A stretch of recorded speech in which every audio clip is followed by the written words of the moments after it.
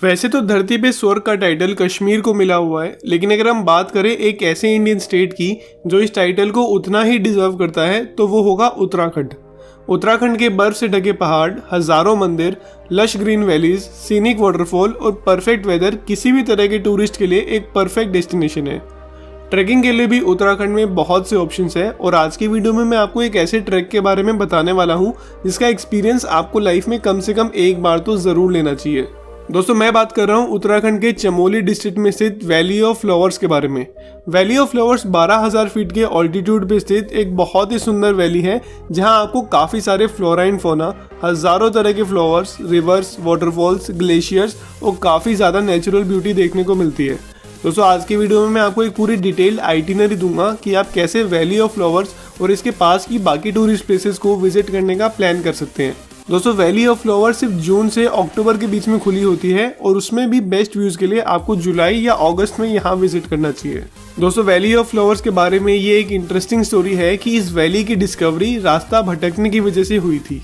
इसके पीछे की स्टोरी ये है कि 1931 में ब्रिटिश माउंटेनियर फ्रैंक स्मिथ और उनके साथ दो लोग माउंट कमेट से वापस आते समय रास्ता भटक गए थे और गलती से वो लोग एक ऐसी वैली पहुंचे जहां हजारों वैरायटी के फ्लावर्स और लश ग्रीनरी खिली हुई थी और यहाँ की ब्यूटी से वो लोग इतने ज़्यादा इम्प्रेस हुए कि फ्रैंक स्मिथ ने आगे चल के इस वैली पे एक बुक लिखी जिसका नाम रखा वैली ऑफ फ्लावर्स और इसी वजह से आज भी हम इसे वैली ऑफ फ्लावर्स के नाम से जानते हैं।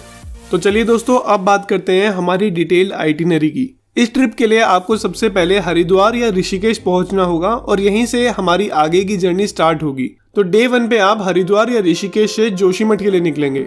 ये जर्नी 255 किलोमीटर लंबी जर्नी है जिसे पूरा करने में आपको 9 से 10 घंटे लगेंगे। इस जर्नी में आपको काफी सिग्निफिकेंट ऑल्टीट्यूड चेंज भी देखने को मिलेगा क्योंकि ऋषिकेश का ऑल्टीट्यूड 1200 फीट है और जोशीमठ का ऑल्टीट्यूड 6100 फीट।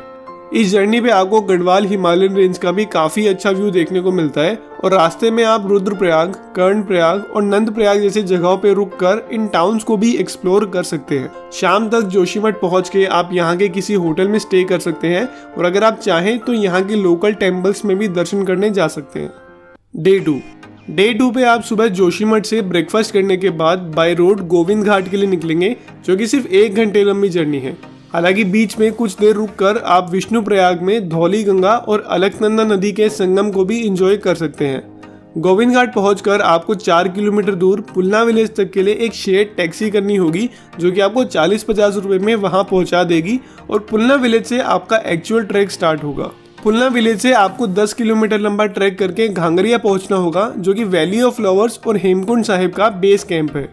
इस ट्रैक पे आपको पुष्पावती नदी, हाथी पर्वत और लश ग्रीनरी का बहुत ही रिफ्रेशिंग व्यू देखने को मिलता है।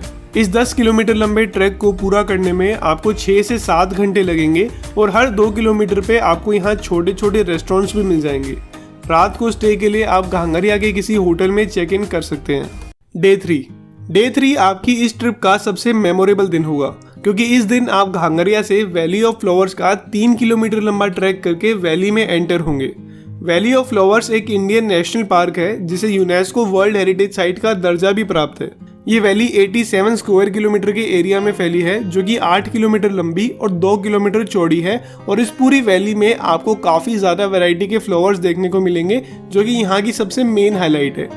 ये वैली साल भर अपने कलर्स बदलती रहती है और अलग अलग मौसम में आपको यहाँ अलग अलग वैरायटी के फ्लावर्स और प्लांट्स देखने को मिलते हैं। इस वैली में काफ़ी सारे एंडेंजर्ड स्पीशीज भी हैं और वैली को पूरी तरह एक्सप्लोर करने के लिए आपको इसके अंदर आके भी काफ़ी ट्रैकिंग करनी होगी, लेकिन यहाँ बिताए हुए एक एक पल को आप अपनी लाइफ में कभी नहीं भूलने वाले। वैली ऑफ फ्लावर्स में एंट्री की टाइमिंग सुबह 7 से 12 बजे तक की है जिसके लिए आपको 150 रुपये की टिकट कटवानी होगी और शाम को 5 बजे तक आपको वैली से बाहर भी आना होगा।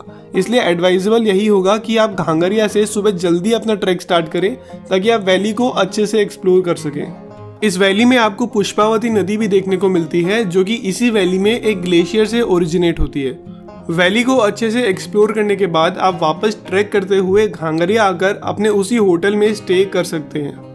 डे 4 पे आप यहाँ की एक और मेन अट्रैक्शन हेमकुंड साहिब में विजिट करने जा सकते हैं।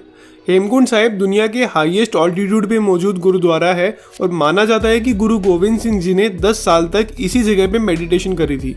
इस गुरुद्वारे के बाहर एक बहुत ही सुंदर लेक भी है जिसका पानी यहाँ के एक ग्लेशियर से आता है और इसी ग्लेशियर के पानी से लक्ष्मण गंगा नदी भी ओरिजिनेट होती है जिसे हेम गंगा के नाम से भी जाना जाता है। हेमकुंड साहिब गुरुद्वारे के पास एक लक्ष्मण मंदिर भी है और माना जाता है कि मेघनाथ के वध के बाद लक्ष्मण जी ने यहीं आकर कुछ साल तपस्या की थी। घांगरिया से हेमकुंड साहिब का ये ट्रैक 6 किलोमीटर लंबा है और वैली ऑफ फ्लावर्स वाले ट्रैक के कंपैरिजन में ये ट्रैक काफ़ी स्टीप और मुश्किल है, लेकिन रास्ते के रिफ्रेशिंग व्यूज़ की वजह से आपको ज़्यादा थकावट फील नहीं होगी। 15,000 फीट के ऑल्टीट्यूड पे हेमकुंड साहिब इस पूरी जर्नी का सबसे हाईएस्ट पॉइंट है, इसलिए आइडियली आपको यहाँ ज़्यादा टाइम स्पेंड नहीं करना चाहिए। हेमकुंड साहिब और लक्ष्मण मंदिर विजिट करने के बाद अब वापस 6 किलोमीटर लंबा ट्रैक करके घांगरिया आकर अपने होटल में स्टे कर सकते हैं। डे 5 तो यहाँ आपका वैली ऑफ फ्लावर्स और हेमकुंड साहिब का ट्रैक पूरा होता है और अपने साथ लाइफ टाइम मेमोरीज लेते हुए डे 5 पे आप घांगरिया से वापस पुलना विलेज तक का डिसेंडिंग ट्रैक कर सकते हैं। घांगरिया से पुलना विलेज तक के इस ट्रैक पे आप एक बार फिर यहाँ की नेचुरल ब्यूटी, वाटरफॉल्स और ट्रैकिंग रूट्स को एंजॉय कर सकते हैं। पुलना विलेज से शेयर टैक्सी करके गोविंद घाट पहुंचने के बाद आप या तो जोशीमठ जा सकते हैं या बद्रीनाथ। मैं आपको रेकमेंड करूंगा कि आप अपनी ट्रिप में एक और दिन ऐड करके गोविंद घाट से सिर्फ 25 किलोमीटर दूर 4 धाम यात्रा में से एक भगवान विष्णु के बद्रीनाथ मंदिर में दर्शन करने भी जरूर जाएं। रात के स्टे के लिए आप बद्रीनाथ के किसी होटल में चेक इन कर सकते हैं। डे 6 बद्रीनाथ मंदिर में दर्शन करने और यहाँ की वैली को निहारने के बाद आप डे 6 को बाय रोड ऋषिकेश या हरिद्वार के लिए निकल सकते हैं।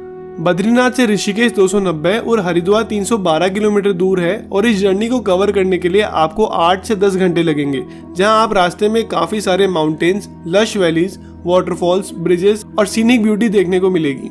ऋषिकेश या हरिद्वार पहुंच के आप यहाँ के कुछ मंदिर और टूरिस्ट प्लेसेस को एक्सप्लोर कर सकते हैं और स्टे के लिए आप यहाँ कोई होटल बुक कर सकते हैं।